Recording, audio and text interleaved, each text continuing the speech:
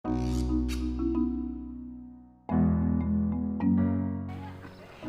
teman-teman, kita sudah bersama salah satu founder eh, Sekolah Alam Wangsakerta.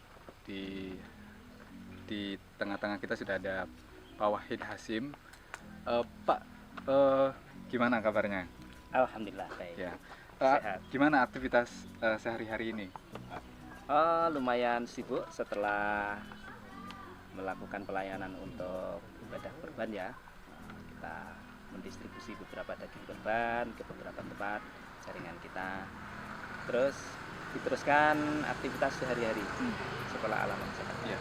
Nah, Pak, waktu kami dengar pertama nama tempat ini nama Wangsakerta, sebenarnya gimana sih dibalik cerita nama itu? Oh ya. Baik, komunitas ini sebelum kita bicara tentang siapa Wangsakerta dan apa Wangsakerta gitu ya. Tapi komunitas ini didirikan oleh beberapa kawan muda. Ada aktivis, ada jurnalis, ada akademisi, ada anak-anak muda ya. Kiai terlibat nggak? Oh, Kiai juga Kiai ada terlibat, ya, ya. pasti.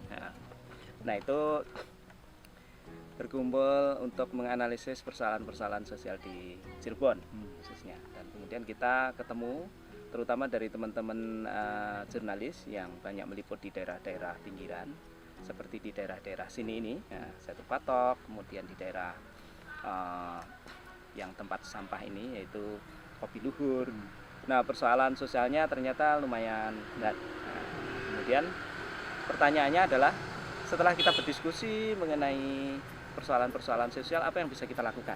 Nah, anak-anak muda ini kemudian sepakat untuk turun ke desa untuk langsung mendekati persoalan dan merespon apa yang bisa dilakukan.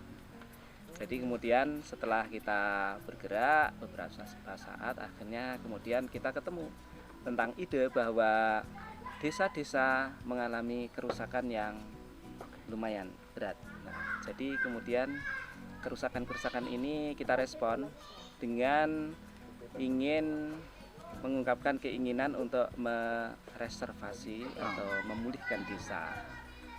Bagaimana desa itu bisa mandiri secara pangan dan energi, dan pangan dan energi ini kemudian dilanjutkan mandiri dalam soal informasi dan juga kemudian soal teknologi.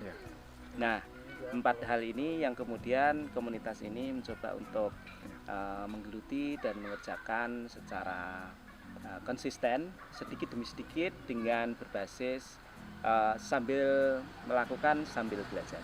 Ya. Nah, berarti memang ada proses panjang sebelumnya, ada diskusi dulu, ada riset dulu, ada saling menyamakan visi dan misi. Ya, nah, pertanyaan saya kembali, Pak, kenapa namanya Wangsakerta? Ada apa di balik nama itu sebenarnya? Karena bagi generasi saya yang lahir di tahun 2000-an nih, Pak, itu nggak cukup familiar sebenarnya nama Wangsakerta. Karena satu dan lain hal itu kayak nama-nama Jawa kuna gitu loh, Pak. Ya, betul. Itu gimana sih? Kenapa nama Wangsakerta yang dipilih?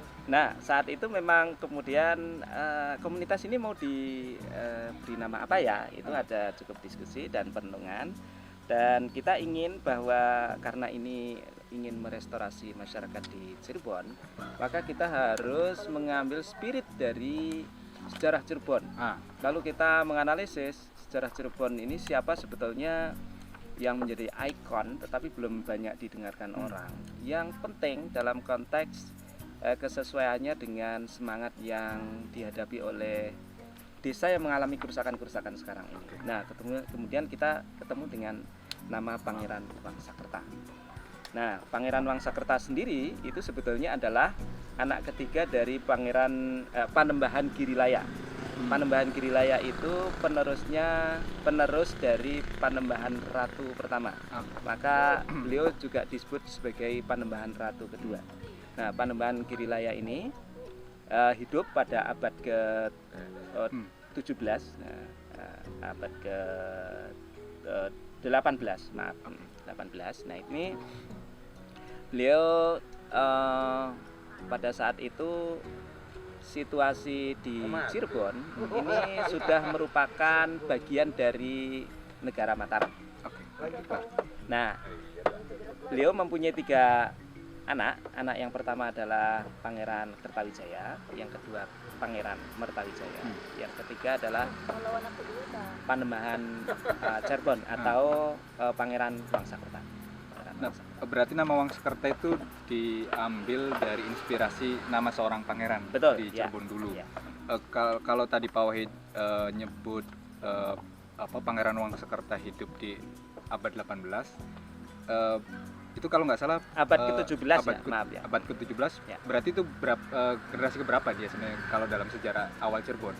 Kalau Ketiga Cirebon itu yang mendirikan adalah Mbah Kuwu ya. Ki Gede Alang-alang. Nah, kalau Ki Gede Alang-alang itu yang membangun kampung ya, kampungnya ada di Lemah Bumbuk kalau sekarang ya. Ini berarti itu komunitas awal sekali ya. Itu Kuwu yang pertama itu Ki Gedeng Alang-alang atau Ki Danwarsi. Nah itu Keraton Cirebon belum jadi. Jadi itu cikal bakal dari Keraton Cirebon.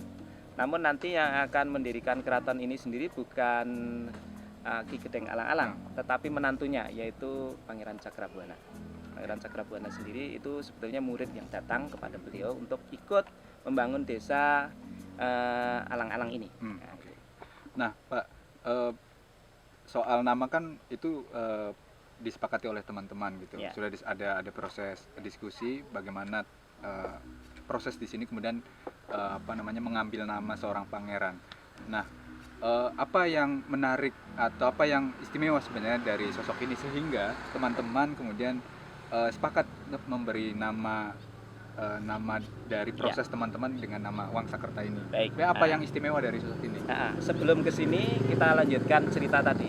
Jadi pertanyaan yang pertama tadi sebenarnya generasi keberapa sih gitu ya? Nah, sebetulnya nanti setelah Mbak Kuwu, Mbak Ki Gedeng Alang-alang ini ya, itu dilanjutkan oleh Pangeran Cakrabuana. Nah, ketika Pangeran Cakrabuana kemudian memperkuat desa ini, lalu dia juga kemudian mendirikan semacam pakuan ini lebih tinggi lagi.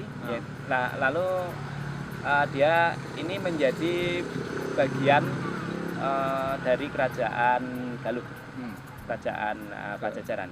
Nah, pendek kata, ini kemudian Keraton Pakungwati nanti akan berdiri dan didirikan oleh Pangeran Cakrabuana.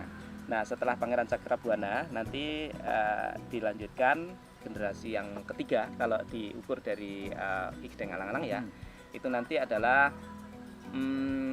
Syekh Syarif Hidayatullah atau Sunan Gunung Jati. Nah, setelah Sunan Gunung Jati ini nanti dilanjutkan sebentar gitu oleh anaknya ya, tapi kemudian nanti sudah meninggal dunia, ya, dilanjutkan oleh Panembahan Ratu ini, Panembahan 1, kemudian Panembahan Ratu 2. Jadi sudah generasi yang kelima ya, generasi yang kelima. Nah, Pangeran Wangsakerta berarti sudah generasi yang kelima, 6. Kalau diukur dari Ki Danwarsi atau Ki Gedeng Alang-alang. Tapi kalau diukur dari Pangeran Cakrabuana mungkin generasi kelima. Nah, ini mengapa menjadi penting Pangeran Wangsakerta ini? Karena sampai Panembahan Ratu 1 sebelum Pangeran Girilaya, Cirebon bisa dikatakan sebagai negara merdeka. Tidak dijajah dan tidak berada di bawah kekuasaan negara lain. Tidak di bawah VOC, tidak di bawah Banten, tidak di bawah Demak, tidak di bawah Mataram. Galuh juga termasuk. Galuh sudah habis. Begitu Banten muncul, Galuh sudah Pajajaran sudah runtuh. Jadi dia relatif menjadi negara merdeka. Pada zaman Pangeran Cakrabuana dia masih menjadi bagian dari Pajajaran. Tetapi setelah Cakrabuana yaitu Syekh Syarif itu sudah negara memerdekakan diri dari Pajajaran. Jadi negara merdeka ini sempat beberapa saat, yaitu abad ke-16 sampai abad ke-17. Hanya 1 abad saja bertahan. Nah, begitu abad ke-17 ini, maka Mataram sudah mendaku sebagai vasal atau sebagai provinsi Banten juga sebetulnya sangat pengen menilai Cirebon ini sebagai vasal dari Banten. Jadi antara Banten dengan Mataram itu sebetulnya bersitegang ya. Jadi bersitegang itu merebut Cirebon untuk menjadi bagian dari kerajaannya. Nah, dalam konteks ini maka Banten dan Mataram itu sebetulnya musuh bebuyutan. Sama-sama negara Islam ya. Tapi sebetulnya dalam konteks penguasaan lahan itu mereka musuh. Dan salah satu daerah yang sangat menjadi rebutan itu adalah Cirebon. Posisi Cirebon menjadi sangat penting karena Cirebon negara yang tua dan mempertemukan beberapa kekeluargaan. Nanti kita sudah tahu bahwa Banten sejak pendiriannya dengan Cirebon itu merupakan bagian dari keluarga ya.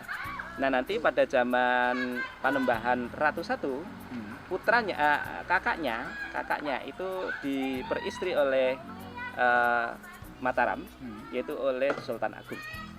Nah, jadi nanti Sultan Agung menurunkan yang sangat terkenal yaitu Amangkurat pertama. Itu sebetulnya adalah putra Cirebon. Nah, pada saat Sultan Agung bertahta dan memperistri orang Cirebon, itu sebetulnya suatu penanda bahwa Cirebon ditaklukkan oleh Mataram. Nah, dalam konteks ditaklukkan oleh Mataram, kemudian diinginkan oleh Banten, itu kemudian VOC yang ada di Jakarta juga bermain.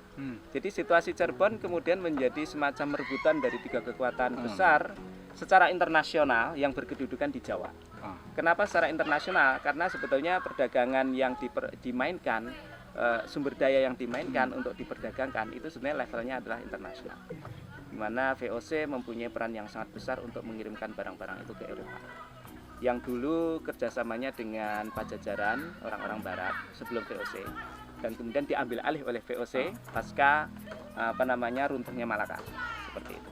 Nah, berarti dari pembabakan sejarah itu si Pangeran Wangsakerta ini sebenarnya konteks sejarahnya beliau hidup dalam masa suram Cirebon, ya, atau betul, bagaimana, Pak? Betul.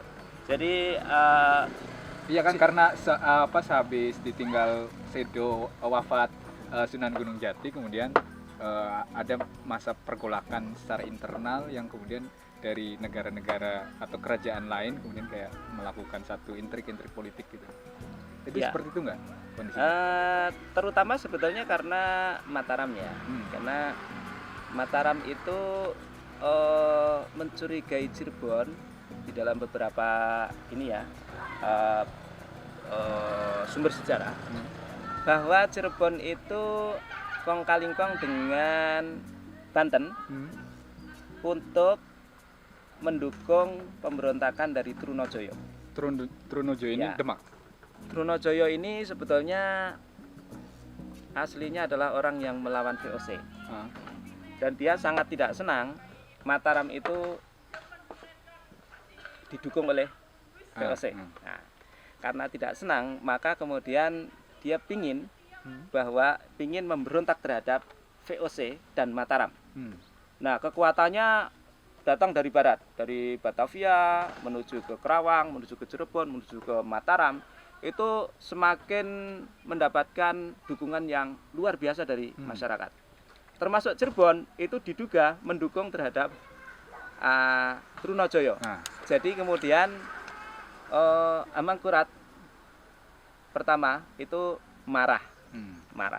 Jadi kemudian Panembahan Girilaya, Panembahan Ratu yang kedua tadi, dipanggil ke Mataram karena tradisi tiap tahun pasti dipanggil ya.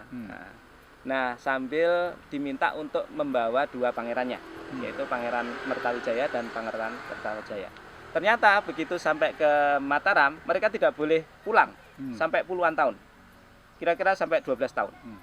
Nah, jadi di satu sisi sebetulnya dua pangeran Cirebon itu ya sekolah lah di Mataram ya. Di sisi lain sebetulnya itu menahan orang Cirebon supaya tidak berkuasa lagi di Cirebon. Nah, dalam masa ditinggalkan ini, itu Panembahan Cirebon, yaitu Pangeran Wangsakerta, ini bertanggung jawab untuk menjadi penjaga Cirebon, menjadi pangeran yang menjaga dan mengelola Cirebon. Berarti ada kekosongan jabatan di situ, jabatan raja. Ada kekosongan pemimpin dalam pengertian birokratis ya, Pak? Atau Iya, gimana? tapi kemudian ya secara resmi, jadi kemudian yang bertanggung jawab untuk menjadi pengelola atau menjadi ratu itu adalah Panembahan Cirebon ini, yaitu Pangeran Wangsakerta. Nah, Pangeran Wangsakerta ini jadi situasinya sangat rumit ya. Iya. Di satu sisi dia harus mempertahankan Cirebon sebagai suatu satuan masyarakat, satuan sosial politik, di mana masyarakat harus beres lah soal ekonomi, soal politik, soal agama, soal budaya gitu. Tapi di sisi lain dia tidak mempunyai kekuatan politik. Mengapa? Karena dia ada di bawah kekuasaan Mataram. Di saat yang sama sebetulnya nanti di perkembangan berikutnya Pangeran Trunojoyo ini akhirnya berhasil dikalahkan oleh VOC. Dan setelah mengalahkan Mataram, akhirnya Mataram meminta VOC untuk menyelesaikan persoalan Trunojoyo ini oleh Amangkurat pertama. Amangkurat pertama. Jadi Amangkurat pertama ini meminta VOC. Nah, akhirnya walhasil VOC didukung oleh Pangeran Arya Wiraraja dari Madura, tempatnya Pak Muiz itu. Nah, itu akhirnya menang, mengalahkan siapa itu? Trunojoyo. Yeah. Karena menang, itu bisa direbut kembali keraton Mataram. Jadi dikuasai oleh Trunojoyo itu hanya setahun di keraton sana itu. Nah, pada saat itu kemudian ada perjanjian antara Raja Mataram ini, yaitu Amangkurat pertama. Kalau Anda mampu mengalahkan Trunojoyo dan mengusir dari tempat saya, maka kamu akan saya kasih kekuasaan untuk mengelola daerah Pantai Utara dan juga daerah Priangan Timur. Priangan Timur itu artinya termasuk Cirebon. Jadi Cirebon itu pasca itu praktis menjadi kekuasaan VOC secara ekonomi, tapi secara politik menjadi bagian dari kekuasaan Mataram. Ekonomi karena yang mengelola mengenai ekonomi di sini soal kopi, soal karet, soal jati, soal macam-macam itu adalah VOC. Nah, semua ekonomi yang ada di Cirebon ini diambil oleh VOC. Nah, di saat seperti itu sebetulnya di Banten juga sangat ingin untuk menjadikan Cirebon itu sebagai kekuasaannya, sehingga hubungan antara Banten dengan Cirebon itu cukup dekat. Tapi dalam konteks saat itu dimanfaatkan oleh Cirebon untuk melindungi dari Mataram dan melindungi dari VOC. Tapi sebetulnya Cirebon sendiri keinginannya untuk merdeka untuk mengelola daerahnya ini cukup tinggi, dan kemudian ini dimainkan oleh Pangeran Wangsakerta. Dalam kondisi yang sangat terbatas seperti itu, Pangeran Wangsakerta mempertahankan Cirebon. Dan kemudian kita dengar bahwa Pangeran Wangsakerta menciptakan tim untuk membangun narasi sejarah yang sangat luas